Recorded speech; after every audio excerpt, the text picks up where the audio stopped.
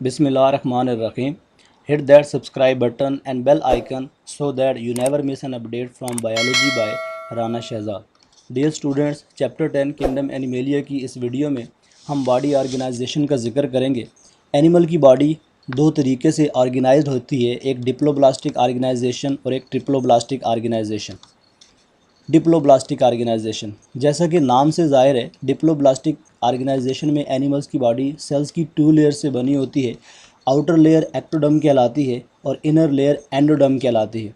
दोनों लेयर्स के दरमियान में एक जेली लाइक मटेरियल मौजूद होता है जिसे मिज़ोग्लिया या मीज़नकाइम कहते हैं। मिज़ोग्लिया नॉन सेलुलर होता है। नॉन सेलुलर का मतलब है कि इसके अंदर कोई सेल्स नहीं पाए जाते, बल्कि मुख्तलिफ़ किस्म की प्रोटीन्स पाई जाती हैं, जैसा कि फाइब्रिन प्रोटीन वगैरह।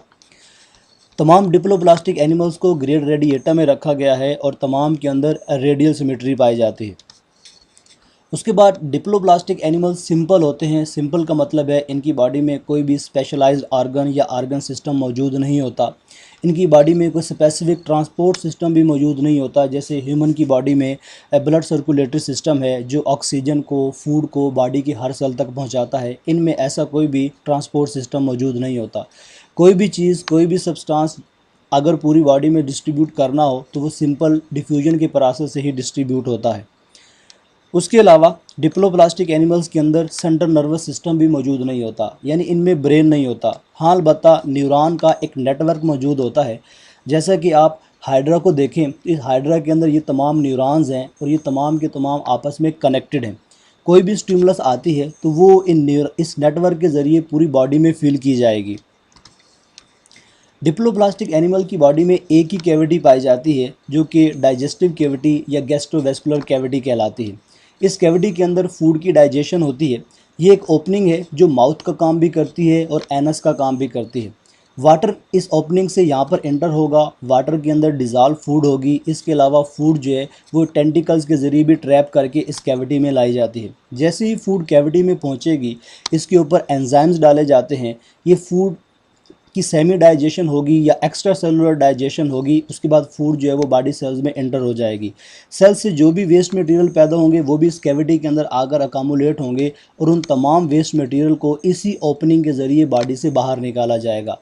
ऐसा डाइजेस्टिव सिस्टम जिसकी एक ही ओपनिंग होती है जो माउथ और एनस दोनों के तौर पर काम करती है, इस तरह के डाइजेस्टिव सिस्टम को सैक लाइक डाइजेस्टिव सिस्टम बोलते हैं। डिप्लोब्लास्टिक एनिमल्स में सिर्फ एक ही फाइलम आता है और वो है फाइलम नाइडेरिया सीलेंट्राटा।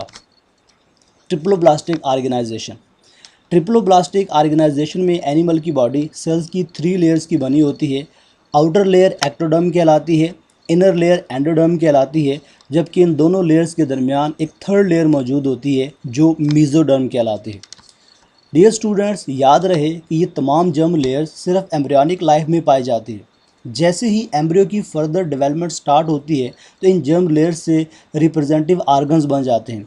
जैसा कि ये जो आपको आउटर लेयर नज़र आ रही है एक्टोडर्म, इस एक्टोडर्म ने एम्ब्रियो की जब फर्दर डेवलपमेंट होगी तो इस एक्टोडर्म से मुख्तलिफ सिस्टम बनेंगे, जैसा कि integumentary system, skin, nervous system, tooth enamel यानी दांत, हेयर, नेल्स, स्वेट ग्लैंड्स। ये तमाम ऑर्गन्स, ये तमाम स्ट्रक्चर्स इस एक्टोडर्म से बननी होती हैं। उसके बाद मीजोडर्म की तरफ चलते हैं। ये मीजोडर्म बाद में डेवलप होकर मस्कुलर सिस्टम यानी मसल्स बनाएगी, स्केलेटल सिस्टम हड्डियां बनाएगी, रिप्रोडक्टिव सिस्टम और सर्कुलेटरी सिस्टम बनाएगी। इसके अलावा और भी बहुत सारे सिस्टम जो हैं वो मीजोडर्म से बनते हैं।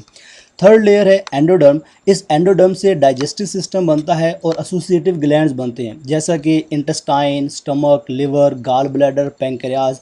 ये तमाम स्ट्रक्चर्स जो हैं वो इस एंडोडर्म से बनते हैं। पैंक्रियाज के बारे में बताता चलूँ कि पैंक्रियाज के 2 रोल होते हैं। एक तो ये एंडोक्राइन के ग्लैंड के तौर पर काम करता है, वहाँ पर ये हार्मोन सेक्रेट करता है, इंसुलिन और ग्लूकागॉन।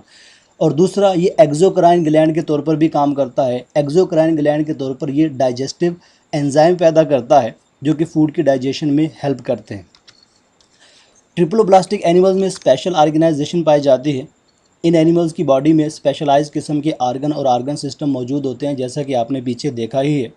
इन एनिमल्स की बॉडी में स्पेशल ट्रांसपोर्ट सिस्टम मौजूद होता है, जैसा कि blood vascular system. Triploblastic animals का जो डाइजेस्टिव सिस्टम होता है वो ट्यूब लाइक होता है, ट्यूबुलर डाइजेस्टिव सिस्टम होता है। ट्यूबुलर डाइजेस्टिव सिस्टम वो होता है जिसकी 2 ओपनिंग होती हैं। ये देखिए ये माउथ है, माउथ के ज़रिए फूड बॉडी में एंटर होती है, वो फूड पूरे एलिमेंट्री कैनाल से होकर गुजरेगी, उसको डाइजेस्ट किया जाएगा। जो वेस्ट मटेरियल बचेंगे उन वेस्ट मटेरियल्स को इस एनस के रास्ते बॉडी से बाहर निकाल दिया जाता है। सो दो ओपनिंग है, इस तरह का digestive system tubular digestive system कहलाता है। ट्रिप्लोप्लास्टिक एनिमल्स एसिलोमेट भी हो सकते हैं, सूडोसिलोमेट भी हो सकते हैं और सिलोमेट भी हो सकते हैं। Thank you. I hope this will make sense.